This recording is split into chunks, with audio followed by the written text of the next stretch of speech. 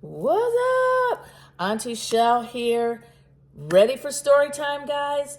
I hope so. I hope you've had a really good day and you're settling in for the evening because, like I put on the disclaimer, this is probably going to be really good at helping you fall asleep. So please don't listen to this while you're driving. It's story time. Remember when you were little and you had bedtime stories? Okay, anyway, I want to jump right into it today. The deck that I'm using is and for those of you that are new to the channel, basically I pick a tarot or an oracle card or any kind of art, and then I match a crystal to it, and then tell you a little bit about what the card means, and then I make up a story. And I love to make up stories with some type of a moral or learning that can be a takeaway from it.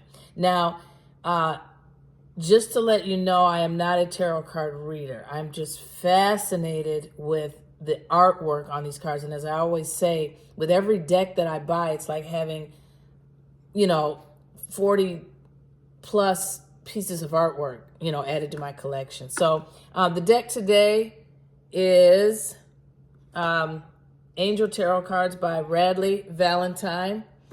And let's hop right to this. As you can see, beautiful. Uh-oh, the ring thing's in the way. Look at that. Well, it doesn't look, okay, it can have a halo on it. That's kind of cute how that happens. Okay. The bell. And as the bell is finishing up, I'll shuffle and then we'll pick a card together.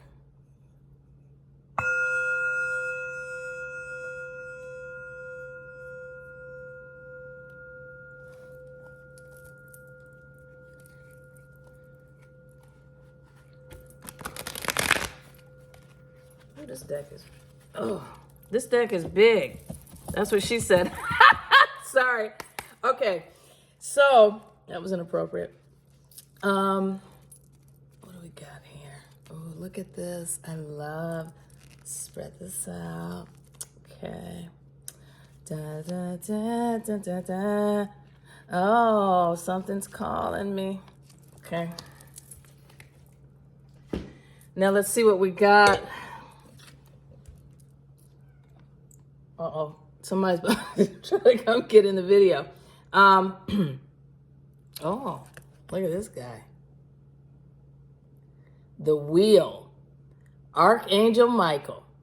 A time of positive change. A situation suddenly moves forward. Fortune is on your side. I like the sound of that. Okay, now. Ooh, and if you look closely, we've got some fire down here, raindrop, the globe, the earth, and I'm thinking this is outer space or a shape of a dragon or phoenix, I don't know. And then look at all the little fiery around here. Okay. What crystal should I pick? Ooh, listen, I have the answer right. Should I take okay, I'm going to do, now this. This rock, look at that. I have 3 pieces of it, but is that not beautiful? Look at the colors. This is nature. I don't remember the name of it. Again, guys, I'm learning as I go. Look at the design on this. This is nature's art. Okay? So that's and if you see it with the card, kind of like, I like to coordinate. Oh, look, there's actual crystals on the side of this. You see that? But see how the coloring, I like to coordinate. So, yeah, I will tell you something. I know that this is from Morocco, whatever this stone is, and I forgot the name, and I'll put it down in the description because, like I told you guys, I'm kind of learning about these crystals as I go. And let's read the little number 10. Okay. The angel sent you this card because of positive changes occurring in your life. Expect and enjoy beneficial new opportunities as they present themselves. This is an optimal time to make big and small changes. Take the leap with the knowledge that everything will work well for you. Old blocks are lifting and everything now moves forward quickly. If recent events shook your faith, you'll now see how they were actually positive for you. Rapid advancement is likely now. And it said additional meanings of this card: good luck, happy accident. I don't know if I like how that sounds. Balanced karma, a miracle, a twist of fate, destiny. So now remember, guys, I'm not a tarot reader. You can take what resonates and leave what doesn't, but I like to read the corresponding information about the card. And now let's get to the magic of a story. Buckle up. I'm going to try to stay under, let's see, I'm already at 6 minutes. Okay, I was going to say, give me 15 minutes to try to be in and out with this story. But let's just see what happens. Give me a second to think.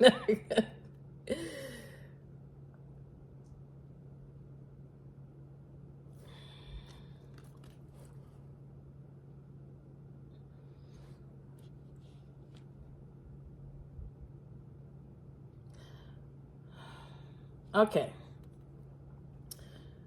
Once upon a time, there lived a happy, loving community of mermaids. When I say happy, loving, I have to distinguish it because there are certain areas amongst the deep, dark ocean where mermaids that are not so friendly marinate. And so when I tell you about this community of mermaids, these are the cool ones, the happy ones, the nice ones, okay? So let's call the mermaids that aren't that really friendly, let's call them merturds, okay? So the merturds are the ones that are negative and try to cause trouble. Now that I've spent all that time distinguishing different types of mermaids, moving on. So in this little community of mermaids, there was this brother and sister who, how should I say, like most brothers and sisters, they battled, back and forth sometimes, but they always had each other's back. Their parents always told them, if one of you is staying late for school, the other one must stay as well. Don't ever leave the other one behind. If you guys are going to go anywhere without us, you have to always be together. Well, it just so happened, the mermaid, the little boy's name, we'll call him,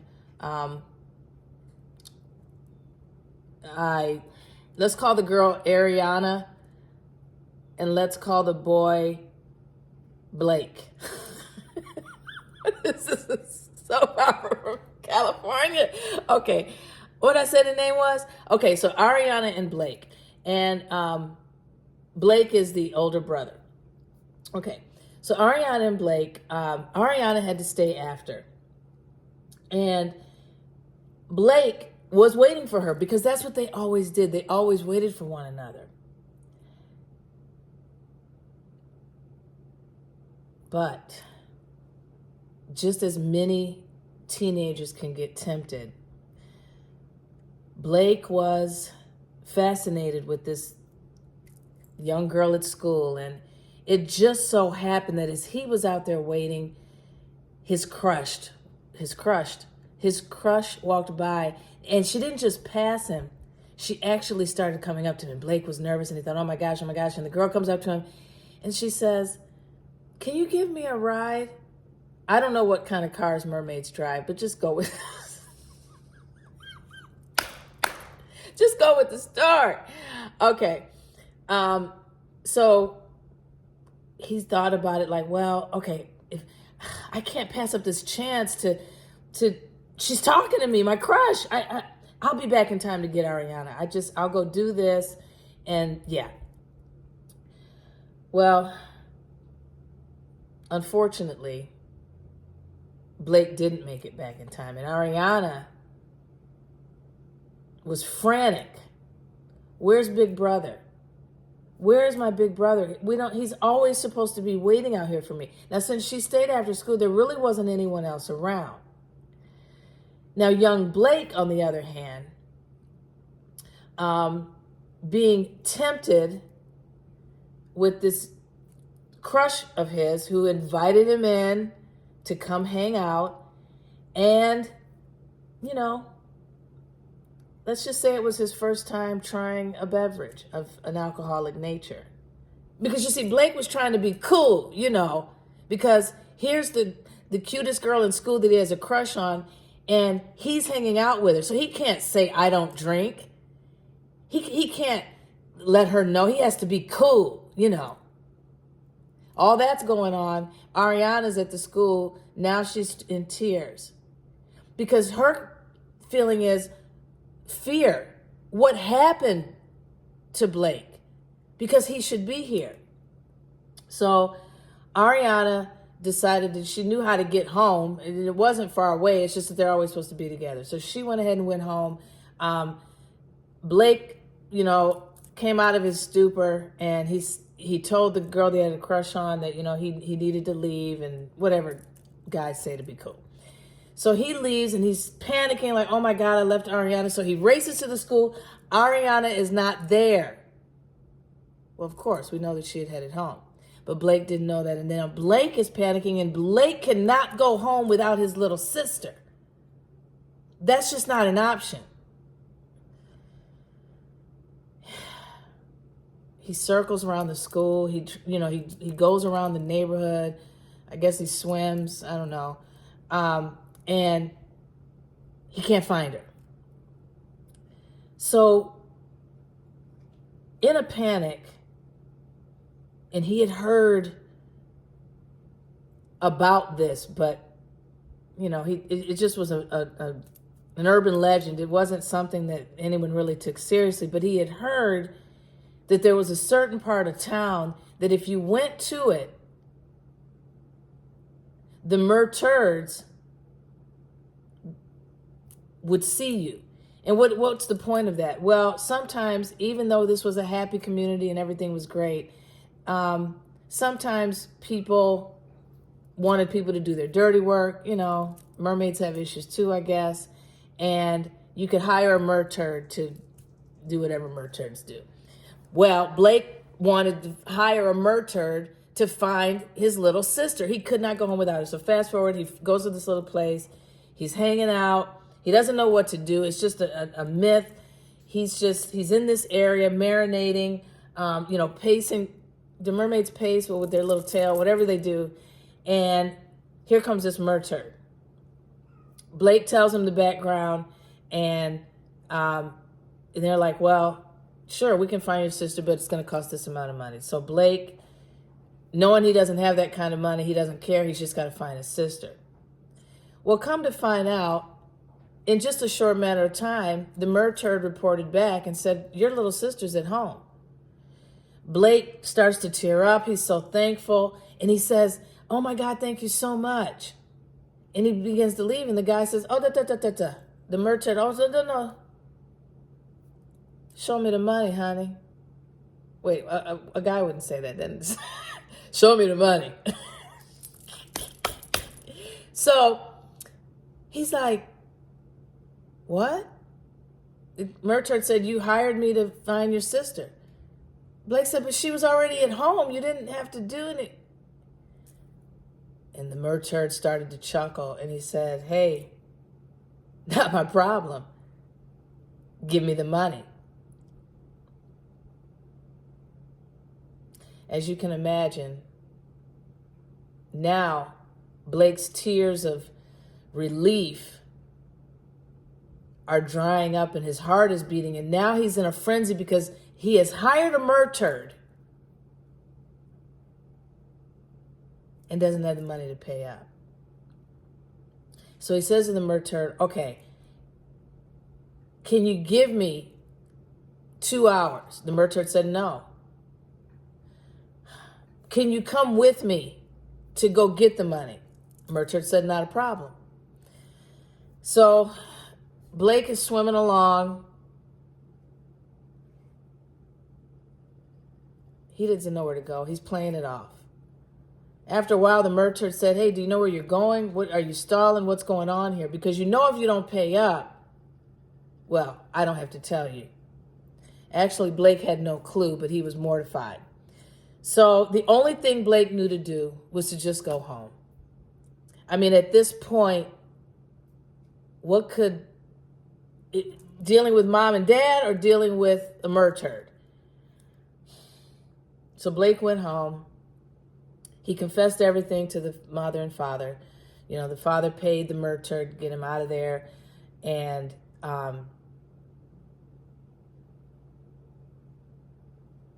although Blake was mortified of his parents, he was so happy to see his little sister.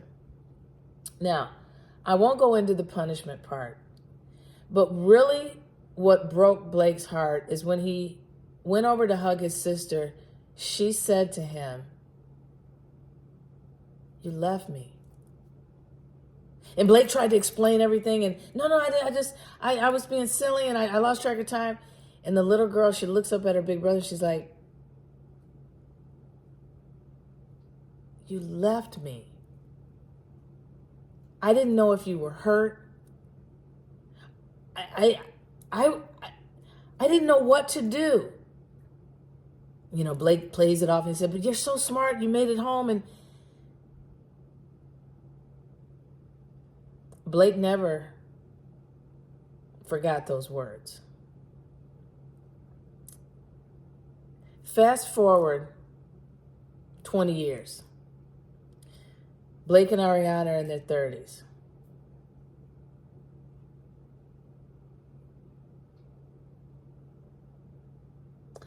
Ariyanna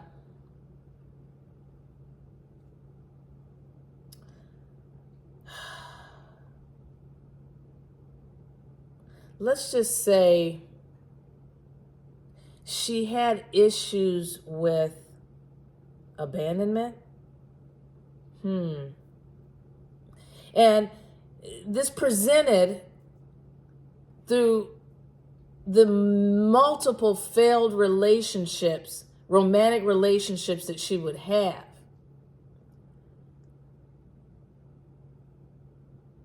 She didn't realize it, but what was happening, and she couldn't figure out, why do I keep getting in these relationships that don't work? What's wrong with me? And I'm stepping out of the story and giving like a bird's eye view. And then I'm kind of leading into the moral here. Ariyanna wondered why she couldn't find a stable relationship, why she would blame that kind of why do I find that kind of a guy? Finally, she talked with Blake. Blake suggested, you know, she go see the counselor or a therapist or somebody. And this is what I'm getting to. What Ariyanna found out was that it wasn't the type of guy. You know, we always want to point the blame instead of looking inward. But when you do the inner work, you have to face yourself. She was choosing from whatever attributes that she was choosing from. These weren't all the same type of guys, but what was happening is Ariyanna kept presenting the same way in the relationship. And one of the major problems was she was very clingy. She couldn't have relationships where she could be on her own. She had to be with that person all the time. Almost, you know, they say, you know, a partner with, you know, the kind of, they smother you. They're just too much. Well, that's what would happen. But she turned it into, oh, you know, I always pick jackasses or guys that don't have, you know, feelings. But what she didn't realize is that she was showing up the same way. And, you know, until you get the lesson or the learning in life of things that, I've talked about that onion peeling back. You're going to probably go through the same type of situation, different place, different people, but the same learning until you get it. And with her having multiple failed relationships, what she realized is that clinginess, that fear of being alone, it all stemmed back to that one incident where Blake had left her and she didn't ever deal with it. Now, I'm telling this story because that's one little thing. But when you look at depression and anxiety, multiple persons, not different mental health issues, what's not being looked at is the fact that so many of the issues, they're not about what's going on in your life right now. The issues stem from your reacting to them a certain way based on how you handled a situation in your childhood, usually 7 years old and younger. Not all the time. So let me just say that again. The situations in life that just seem to keep coming round and round, and you want to point your finger or woe is me, if you can stop and do the inner work and look at, okay, what behavior am I repeating? And when you really stop looking outward and look inward, you'll see. It doesn't have to do with dating only. Whatever situation, it could be with a family member, it could be at work, it could be a habit, just how you're responding. If you're getting the same result every time, what does Einstein say? What does Einstein say? Insanity is doing the same thing over and over and expecting a different result. I love Einstein. So I jumped out of the story because I'm getting excited. I love mental health awareness is so important. I didn't mean for this to go off into this. But the point of the story is something that you could be dealing with right now over and over. When you look inward and you find out what the trigger is, that's the starting point of the awareness, the trigger. Once you find out what the trigger is, you can look and see, where did that stem from? And even if you can't remember when you were, I won't get into, how powerful hypnotherapy is for going back for things that our conscious mind can't remember. But the whole point is, if you can look inward and you can be aware of what's going on, and then you can, ask yourself questions, and you'll find as you dig deeper, you'll get the answer. You'll find an understanding. And then all you have to do next time, now that you have that awareness, and you're not blaming other people, you're not blaming yourself either, because you're doing the best that you can with what you have. We're all going through this thing called life. So it's not a matter of blaming outward or inward. But when you look inward and when your eyes are open to something that's been a trigger to you, and you can look at it now, you're aware of it. The power of awareness takes the fear out of stuff. It can take the angry emotion out of stuff, because now you're aware. Oh, so that's why. And then you can, when the situation comes up again, you'll think, maybe I'll respond different this time. So back to the story with Ariyanna and Blake. Once she made this discovery, it wasn't long before she, found a wonderful man, and they got married, and the whole experience just strengthened her as a person, because she was able to discover what was really going on with why she couldn't maintain, romantic relationships.